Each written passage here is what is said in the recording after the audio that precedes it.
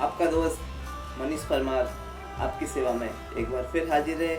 और इस बार हम ज्योग्राफी से संबंधित कुछ टिप्स लेके आपके सामने आए हैं, क्योंकि मेरे ख्याल से ज्योग्राफी एक बहुत ही क्रिटिकल सब्जेक्ट है जिस पर ध्यान देना बहुत ज़रूरी है। तो बोर्ड एग्ज़ाम से और ज्योग्राफी पे एक ऐसा सब्जेक्ट है जो आपको 100 में से 100 नंबर दिला सकता है। तो आज मैं आपको कुछ ऐसे टिप्स देना चाहता हूँ जिसको अगर आप ध्यान में रखते हो तो +90 जाना कोई बड़ी बात नहीं होगी, मतलब 90+ मार्क्स क्रॉस करना कोई बड़ी बात नहीं है। तो अगर आप कुछ बेसिक चीज़ें अगर देखोगे तो आपको समझ में आएगी कि ज्योग्राफी को इतना हार्ड सब्जेक्ट भी नहीं है जितना उसको प्रेजेंट किया जाता है। जस्ट लाइक दैट कि ये प्रैक्टिकल सब्जेक्ट है, ठीक है, तो इसमें 100 में से 100 नंबर लाने का पूरा चांसेस है। जस्ट लाइक इकोलॉजिकल सब्जेक्ट्स हो गए, इकोलॉजी में इकोनॉमिक्स में बहुत ज़्यादा नंबर आ सकते हैं आपके, और ज्योग्राफी में नंबर आ सकते हैं, क्योंकि प्रैक्टिकल सब्जेक्ट हमेशा आपको नंबर गेन करवाता है। तो अगर आपको पता हो तो 44 मार्क्स जो है वो स्कूल से ही जाते हैं ज्योग्राफी में, और आपका पेपर जो होता है वो सिर्फ 56 मार्क्स का होता है। अब आप खुद सोचिए 56 मार्क्स का पेपर है, कितनी आसानी से आप 56 मार्क्स ला सकते हो अगर आप सही से पढ़ाई करते हो, सही से समझते हो उन चीज़ों को और कुछ बेसिक्स चीज़ों को ध्यान में रखते हो। तो आप कुछ टिप्स को ध्यान में रखिए और देखिए कि ये टिप्स आपको कहाँ तक किस जगह पर आपको हेल्प कर सकते हैं। तो अगर पहली टिप्स अगर मैं आपको बताऊँ तो मैं ये कहूँगा कि आप अपनी स्ट्रेंथ्स को पहचानो कि आपके पास क्या स्ट्रेंथ है, किस चीज़ में आप एक्सपर्ट हो। मान लीजिए ये हो सकता है एक्सपर्टनेस आपके मैप बनाने में हो, आपकी फैक्ट्स एंड फिगर्स में हो, आपको क्वेश्चन आंसर याद करने में हो। तो ये कुछ स्ट्रेंथ है, आप किस चीज़ में स्ट्रेंथ रखते हो, आप उन चीज़ों को पहचानो और फिर अपने अनुसार अपने आंसर्स में अप्लाई भी करो। पहला पॉइंट यही है। दूसरा पॉइंट अगर मैं कहूँगा तो आपको कॉन्फिडेंस आना चाहिए। आपके पास कॉन्फिडेंस की कमी नहीं होनी चाहिए। सेल्फ कॉन्फिडेंस बहुत मैटर करता है हर जगह पर, हर चीज़ में। तो ज्योग्राफी एक ऐसा सब्जेक्ट है जहाँ आपका सेल्फ कॉन्फिडेंस आपको 100 में से 100 नंबर दिला सकता है। तो आप अपने अंदर कॉन्फिडेंस रखिए कि हाँ मैं नंबर ला सकता हूँ 100 आउट ऑफ 100। तीसरी अगर मैं बात कहूँ तो ये सब एग्ज़ाम से पहले की बात बता रहा हूँ कि एग्ज़ाम से महीने भर पहले, 15-20 दिन पहले क्या करना चाहिए आपको। तो ये तीसरा पॉइंट अगर मैं कहूँगा तो पिछले साल के जितने पेपर हो सकते हैं आपसे हो सकते हैं उतने सॉल्व करने की कोशिश करो, क्योंकि कई बार क्वेश्चन रिपीट होते हैं। अपने बोर्ड्स के ही नहीं, दूसरी बोर्ड्स के भी देखो, मॉडल्स पेपर पर भी ध्यान फोकस करो और इस तरह से कुछ पढ़ाई करो ताकि आपको आगे फायदा मिले। अगर चौथा पॉइंट मैं कहूँ तो आप बी ए स्मार्ट स्टूडेंट बनो।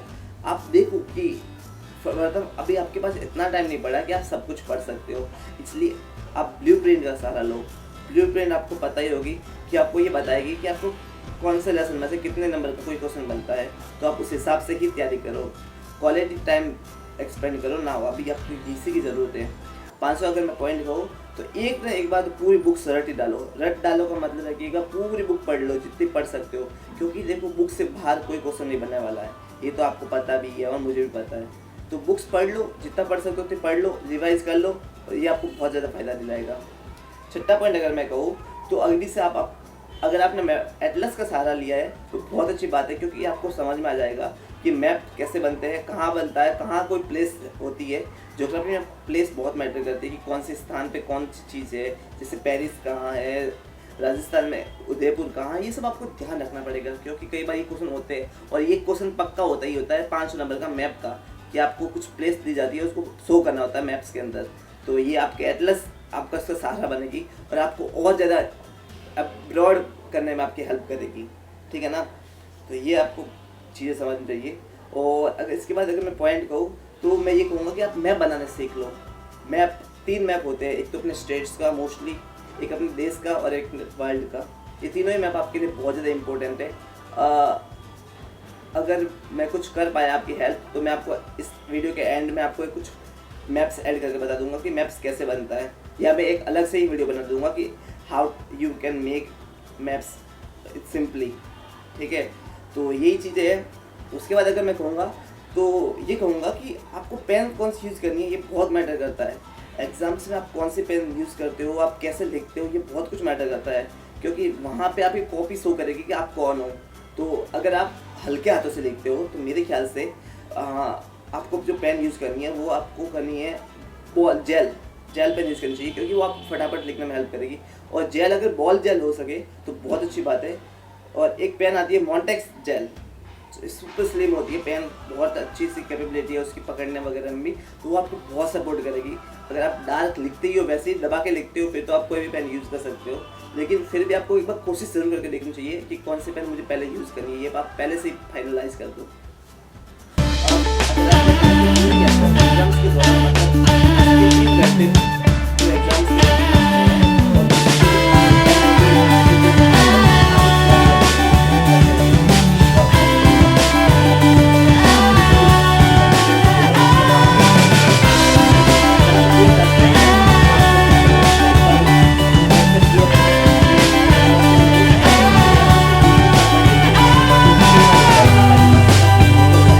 तो ये आपके लिए बहुत ज़रूरी है कि आप एक ना एक बार रिवाइज ज़रूर करो।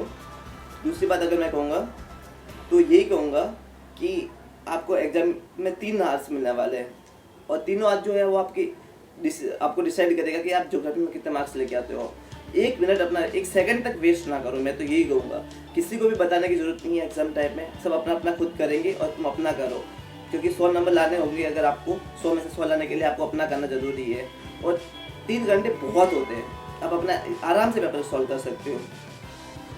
अगर इसके बाद अगर पॉइंट देखते हैं तो अगर आप हिंदी मीडियम के स्टूडेंट हो तो आपको, जब आप टाइटल्स लिखते हो, जैसे मान लो भारतीय संसाधन, तो इंडियन रिसोर्स आपको लिखना जरूरी है नीचे। आप उसके टाइटल्स के अंदर इंग्लिश में भी अगर लिख देते हो कि हाँ भारतीय संसाधन को मैं इंग्लिश में इंडियन रिसोर्स लिख के उसे ब्रैकेट में डाल के फटाफट कर लेता हूँ, तो ये आपको बहुत अच्छा से प्रेजेंट करेगा आपकी कॉपी को। इससे आपको ये भी लगे आगे जो एग्जामिनर है उससे भी ये लगेगा कि बच्चा वास्तव में होशियार है, और वो डबल कोशिश कर रहा है दूसरों के मुकाबले, कि आप हिंदी में भी लिख रहे हो उसके बाद इंग्लिश में भी आप टाइटल्स दे रहे हो, तो ये आपका प्रेजेंटेशन अच्छा बनाएगा। अगर आपको इसके बाद का पॉइंट देखता हूँ तो मैं आपको यही कहूँगा कि never use green and red pen. आप कभी भी ग्रीन और रेड पेन यूज़ ना करो एग्जाम्स के अंदर। ये वैसे तो बहुत ज़रूरी बैन मान ली गई है, क्योंकि आप ये पेन एग्जाम को आपको यूज़ नहीं करनी है, किसी भी हालत में आपको ये पेन यूज़ नहीं करनी है। बाकी आप अगर कुछ साइनर पेन यूज़ करना चाहते हो तो इन कलर्स को छोड़ के कोई दूसरी पेन यूज़ कर सकते हो, लेकिन सिर्फ टाइटल्स के